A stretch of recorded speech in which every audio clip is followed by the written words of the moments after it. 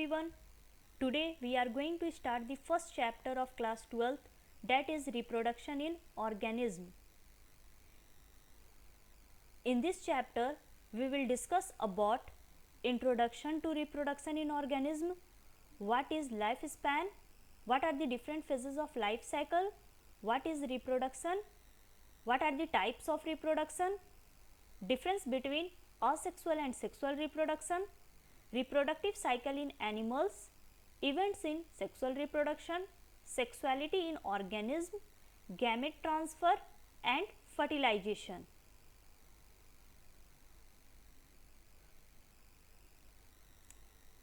Let's start. Reproduction in organism. Have you ever wondered how vast number of plant and animal species have existed on earth for several thousand of years? So friends, there must be some processes in living organism that ensure this continuity. Yes, we are talking about reproduction. तो आइए start करते हैं. What is reproduction? Reproduction हम किसे कहते हैं? Reproduction is a biological process of formation of new offspring from the pre-existing organism.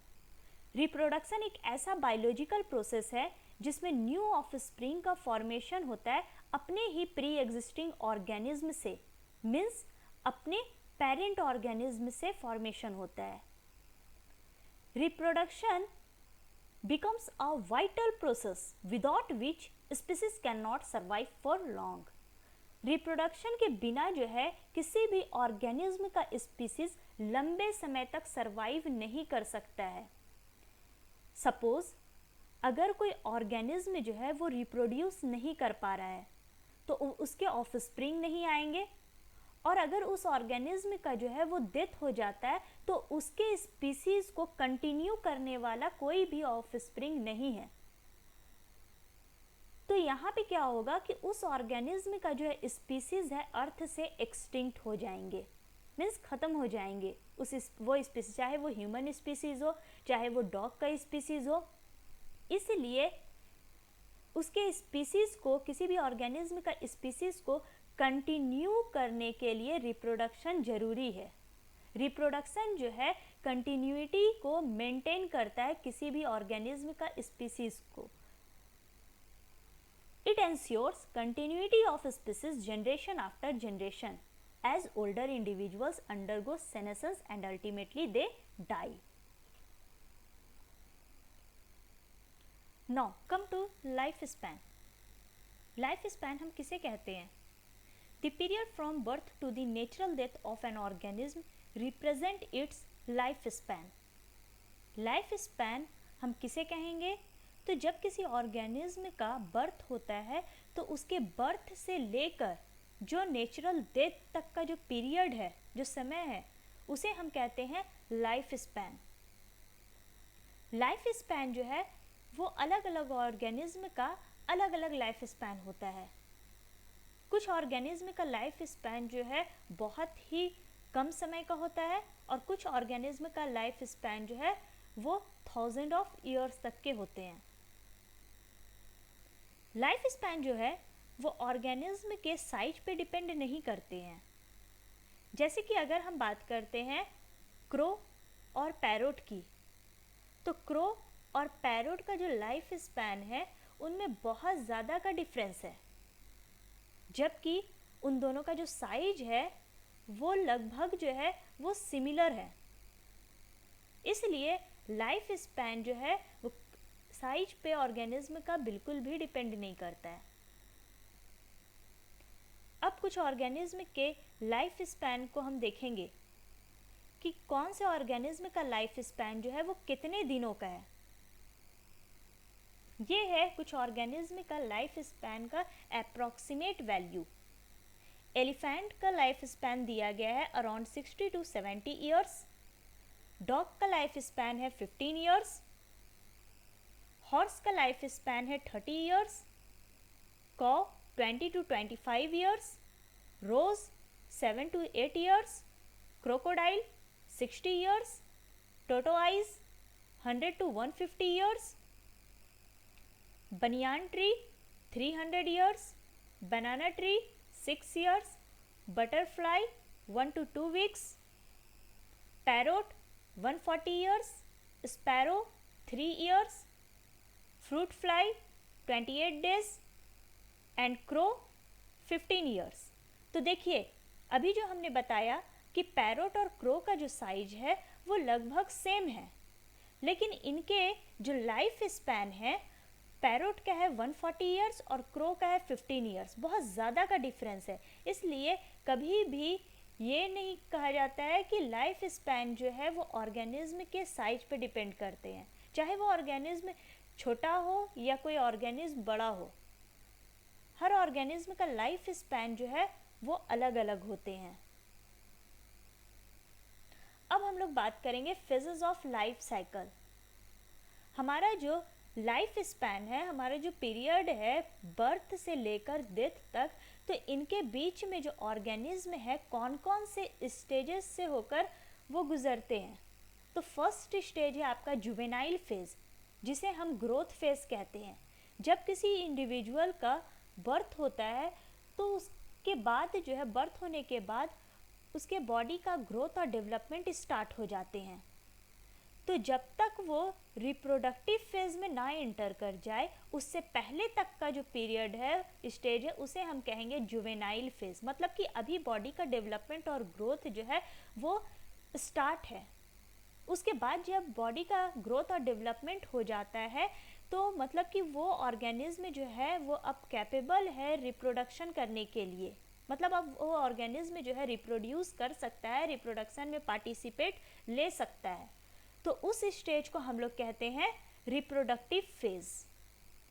Reproductive phase के बाद क्या होता है, ऑर्गेनिज्म मैच्योरिटी अटेन करते हैं। उसके बाद ऑर्गेनिज्म का क्या होता है कि वो ओल्ड एज में एंटर कर जाते हैं। ओल्ड एज में आने के बाद वो ऑर्गेनिज्म जो है अपने रिप्रोडक्शन करने की एबिलिटी जो है वो लॉस्ट कर जाता है। मीन्स एजिंग फेज में आने के बाद वो ऑर्गेनिज्म जो है रिप्रोडक्शन में पार्टिसिपेट नहीं ले सकते हैं, वो रिप्रोड्यूस वो ऑर्गेनिज्म नहीं कर सकता है। उसके बाद क्या होता है कि वो ऑर्गेनिज्म जो है ओल्ड फेज में आने के बाद बॉडी जो है वीक होना स्टार्ट हो जाता है। बहुत सारे बॉडी में ऑर्गन वगैरह जो है वो आपका फंक्शंस करना कम कर देते हैं और फिर उसके बाद उस ऑर्गेनिज्म का जो है वो डेथ हो जाता है। तो लास्ट स्टेज जो है वो है डेथ। अब हम लोग बात करेंगे रिप्रोडक्शन जो है वो कितने तरह के होते हैं। Reproduction are basically of two types, asexual reproduction and sexual reproduction. अब हम लोग एक एक करके देखेंगे कि असेक्सुअल रिप्रोडक्शन किसे कहेंगे और सेक्सुअल रिप्रोडक्शन हम किसे कहेंगे। असेक्सुअल रिप्रोडक्शन हम वैसे रिप्रोडक्शन को कहते हैं जिसमें ऑफस्प्रिंग का जो फॉर्मेशन है वो सिर्फ और सिर्फ सिंगल पेरेंट्स के थ्रू होता है। मीन्स इस रिप्रोडक्शन में जो है वो सिर्फ और सिर्फ आपके सिंगल पेरेंट्स का ही इन्वॉल्वमेंट होता है। यहाँ पे गैमेट फ्यूजन नहीं होते हैं, तो ऐसे रिप्रोडक्शन को हम लोग कहेंगे असेक्सुअल रिप्रोडक्शन। अब आते हैं सेक्सुअल रिप्रोडक्शन। सेक्सुअल रिप्रोडक्शन हम किसे कहेंगे, तो वैसा रिप्रोडक्शन जिसमें दो पेरेंट्स का इन्वॉल्वमेंट होगा और वो दो पेरेंट्स अपोजिट सेक्स के होंगे, that is male and female. यहाँ पे क्या होता है कि जो मेल गैमेट्स और फीमेल गैमेट्स है उनका फ्यूजन होता है और जाइगोट का फॉर्मेशन होता है। तो इस तरह के रिप्रोडक्शन को हम लोग कहते हैं सेक्सुअल रिप्रोडक्शन।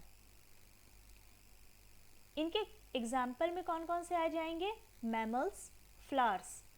यहाँ पे देखिए गॉरिला का दिखाया गया है। ये जो गॉरिलाज है वो मैमल्स कैटेगरी में आते हैं। तो इनमें जो रिप्रोडक्शन होता है वो आपका सेक्सुअल रिप्रोडक्शन है।